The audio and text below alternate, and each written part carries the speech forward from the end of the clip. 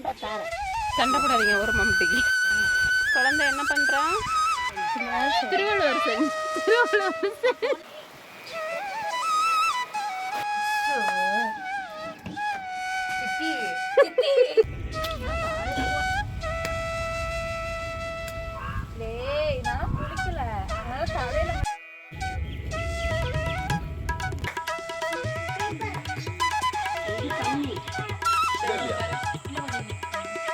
Hi hello friends, welcome back to my channel. இன்றைக்கி நம்ம பதிவில் ரொம்ப இன்ட்ரெஸ்டிங்கான விலாக் தான் பார்க்க போகிறோம். ஃபார்ம் ஹவுஸ் வந்தாச்சு. ஃபார்ம் ஹவுஸுக்கு ஒரு மண் அடுப்பு இல்லைன்னா எப்படி? ஸோ இன்றைக்கி மண் அடுப்பு தான் செய்ய போகிறோம். அதுக்குண்டான ப்ராசஸ் தான் போயிட்டுருக்கு. ஸோ வாங்க வீடியோக்குள்ளே போகலாம். யாராவது புதுசாக நம்ம சேனல் பார்க்குறீங்க அப்படின்னா மறக்காமல் சப்ஸ்கிரைப் பண்ணிவிட்டு நம்ம சேனல் பாருங்கள். நிறைய பேர் சப்ஸ்கிரைப் பண்ணாமல் சேனல் பார்த்துட்ருக்கீங்க. ஸோ கண்டிப்பாக சப்ஸ்கிரைப் பண்ணிவிட்டு நம்ம சேனலுக்கு உங்களோட லவ் அண்ட் சப்போர்ட் கொடுத்துட்டே இருங்க. வாங்க வீடியோக்குள்ளே போகலாம். மண் அடுப்பு போடுறதுக்கு மண் தேவைப்பட்டுச்சு. அதை வந்து நம்ம காட்டிலேருந்து எடுத்துகிட்டு வந்துட்டோம். நம்ம காட்டில் இருக்கிற மண் கூட ஓரளவுக்கு களியாமண்ண மண் தான். நம்ம சரோஜினி குட்டிக்கு பாருங்கள், பேரம் பேத்திங்கெல்லாம் எப்படி ஹெல்ப் பண்ணுறாங்க அப்படின்னு. நாங்களும் கிட்டத்தட்ட இந்த ஃபார்ம் ஹவுஸ் வந்ததுலேருந்தே அம்மா கிட்ட மண்ணடுப்பு போட்டு கொடுமா மண்ணடுப்பு போட்டு கொடுமான்னு கேட்டுகிட்டே இருக்கோம். இந்தா போட்டு தரேன் இந்தா போட்டு தரேன்னு சொல்லிட்டு கடைசியாக இன்றைக்கி தான் அதுக்கு நேரம் வந்துச்சு போல். அதனால் பேரம் பேத்திங்க எல்லாம் தாறுமாற ஹெல்ப் பண்ணிகிட்டு இருக்காங்கங்க.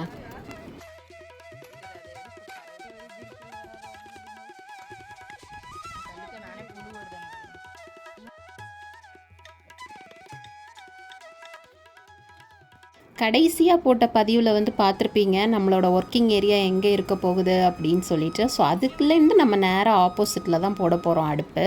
அந்த திட்டிலேருந்து உட்காந்து சமைக்கிறதுக்கு கரெக்டாக இருக்கும் அப்படின்னு சொல்லிட்டு நாங்கள் இந்த ஸ்பேஸ் ஏரியா தான் செலக்ட் பண்ணியிருக்கோம். அதுக்கு அம்மா எப்பயுமே மண்ணில் அடுப்பு போடும்போது இந்த மாதிரி முழுசாக பானை வச்சு தான் போடுவாங்க. அது கொஞ்சம் டிஃப்ரெண்ட் ஸ்டைலில் இருக்கும் அவங்களோடது. ஒருத்தருக்கும் ஒவ்வொரு ஸ்டைலுங்கிற மாதிரி நம்ம சரோஜினி குட்டி வந்து எப்போ பார்த்தாலும் 2 பானையை வச்சு தான் அடுப்பு போடுவாங்க. ஸ்டார்டிங் கொஞ்சம் கஷ்டமாக தான் இருக்கும், பட் ஈஸியாக முடிச்சிருவாங்க வேலையை. அம்மா அடுப்பு போடுறதுக்கு எந்திரிச்சு வந்தனால பிள்ளை குட்டிங்களுக்கெல்லாம் பாருங்கள் ஒரே சந்தோஷம். அதனால் மாறி மாறி ஹெல்ப் பண்ணிகிட்டு இருக்காங்க. அதுவும் இல்லாமல் எங்கள் அம்மா வேலை செய்ய வந்துட்டாங்க அப்படின்னா எப்படியும் கூட வந்து ஒரு 10 ஆள் வேணுங்க.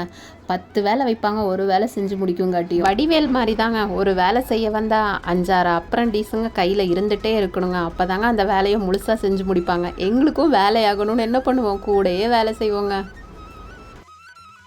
தொட்டியில் வச்சு வைக்கும்போது எடுத்துகிட்டு வந்த மண்ணை எல்லாம் சரிசமமாக கீழே கொட்டிட்டாங்க. அதுக்கப்புறமா என்ன பண்ணுறாங்க அப்படின்னா 2 பானையை நேராக வச்சுட்டு அதை சுற்றியும் கல் அடுக்கி வச்சுட்டு சரிசமமாக அவங்களோட ஸ்கெயில் அந்த ஒரு கட்டை மாதிரி இருக்கே, அதுதான் அவங்களோட மெஷர்மெண்ட் ஸ்கெயில். அவங்க கையில் இருக்கிற ஸ்கெயில் வச்சு ஸ்ட்ரைட்டாக பானை இருக்கான்னு பார்த்துட்டு என்ன பண்ணுவாங்கன்னா கட்டங்கட்டமாக கல் கிடச்சிச்சின்னா அதை சுற்றியுமே ஸ்கொயர் ஷேப்பில் வச்சுட்டு நம்ம எடுத்துகிட்டு வந்த மண்ணை நல்லா தண்ணி ஊற்றி குழப்பி சேர் மாதிரி நல்லா பிணைஞ்சு ஃபுல்லாக மொழுகி விட்டுருவாங்க. நாங்கள் செங்கல் தான் வைக்கலான்னு பார்த்தோம், பட் செங்கலுக்கு ரொம்ப டிமாண்ட். அதனால் கட்டமாக இருக்கிற கல்லை அங்கேயும் இங்கேயும் காட்டில் தொலைவி பார்த்து ஓரளவுக்கு எடுத்துகிட்டு வந்து அம்மா கிட்ட கொடுத்துட்டோம்.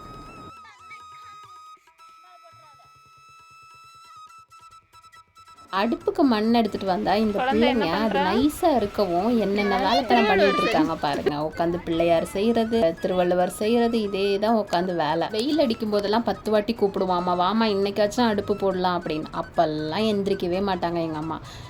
அது என்னமோ தெரியலங்க, நாங்கள் எதுக்காவது கூப்பிட்டா மட்டும் இந்த மழைக்கு பொறுக்காதுங்க. இப்போ தாங்க நல்லா போயிட்டு இருந்துச்சு ப்ராசஸ். திடீர்னு பாருங்கள் சடன்னு தெரிஞ்சிருச்சுங்க.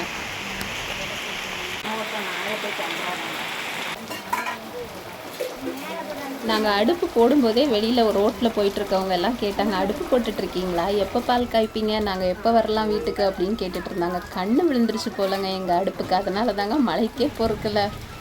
ஒரு வழியாக மழை நின்றுச்சுங்க. திருப்பியும் வேலையை ஆரம்பிச்சிட்டாங்க.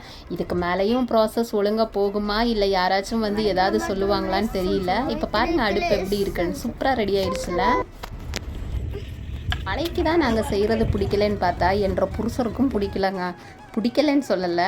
இதில் ஏதோ வாஸ்து இருக்க மாட்டேன் இருக்குங்க. பெரிய பானை தான் இந்த சைடு வரணும். யாராச்சும் பெரிய பானையை அந்த சைடு வச்சுட்டு முதல்ல சின்ன பானையை வைப்பாங்களா? எடுத்தோடனே ஃபஸ்ட்டு பெரிய பானையை தான் வைக்கணும், அடுத்தது தான் சின்ன பானையை வைக்கணும் அப்படின்னு சொல்லிட்டு நல்லா போயிட்டு இருந்த அம்மாவை கன்ஃபியூஸே ஆக்கிட்டாருங்க. கடைசியாக போட்டதெல்லாம் திரும்ப எடுத்து திரும்ப அந்த பெரிய பானையை உட்கார வச்சு அடுத்தது சின்ன பானையை இந்த சைடு உட்கார வச்சு அப்பா முடியலைங்க. அப்படியே எனக்கும் பிள்ளைங்களுக்கும் என்ன தெரியுமா மைண்ட் வைஸ் போயிட்டு இருந்துச்சு, நாங்களே கஷ்டப்பட்டு ஆயாவை கூப்பிட்டு உட்கார வச்சா இந்த அப்பா வந்து குழப்பி விட்டுருவார் போல் அப்படின்னு தோணுச்சுங்க. எனிஹவ் மாமியாருக்கு கோபம் வராமல் ஸ்மூத்தாக போனனால சரி. கூடவே கவின் அப்பாவும் நிறையவே ஹெல்ப் பண்ணார். அதனால் அடுப்பு வந்து நல்ல ஃபினிஷிங்கோட வந்துச்சு. ஆனால் அந்த ஒரு அடி கல் இருந்துச்சுன்னா எடுத்து வந்துடணும். பரவாயில்ல, எடுத்துருவாங்க.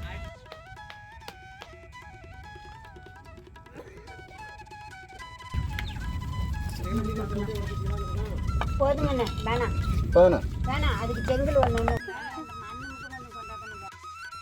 இப்போது அந்த பானையை சுற்றி நிறைய கேப்பெல்லாம் இருந்துச்சு, அதில் கல்லெல்லாம் போட்டு அதுக்கப்புறம் அந்த களியா மண்ணெல்லாம் அதுக்குள்ளால் போட்டு ஓரளவுக்கு அடுப்புக்கு உண்டான ஷேப்பை வந்து ஃபைனலாக கொண்டு வந்துட்டாங்க.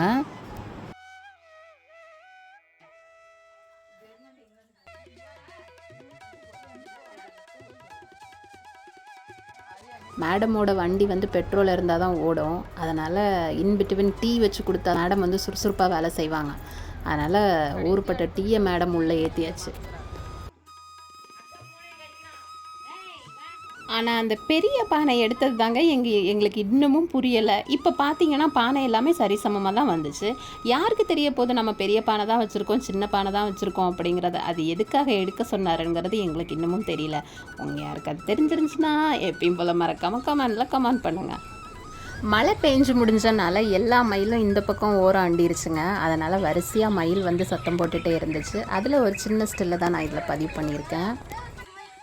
ஃபைனலாக அடுப்புக்கு இன்னும் அழகு சேர்க்குறதுக்கு சாணி, கொஞ்சம் மஞ்சள் இதெல்லாம் கரைச்சி, நம்ம தான் பழைய மஞ்சளில் கொஞ்சம் மஞ்சள் தூள்லாம் வச்சுருந்தோம். அந்த வேஸ்ட்டான தூள்லாம் நம்ம வாசலுக்கு போடுறதுக்காக ஒதுக்கி வச்சுருந்தேன்னு சொன்னேன்ல நண்பர்களே, அதையுமே கலந்து சாணியோடு சேர்த்து அடுப்புக்கு மேலே மொழுகி விட்டுட்டாங்க அம்மா.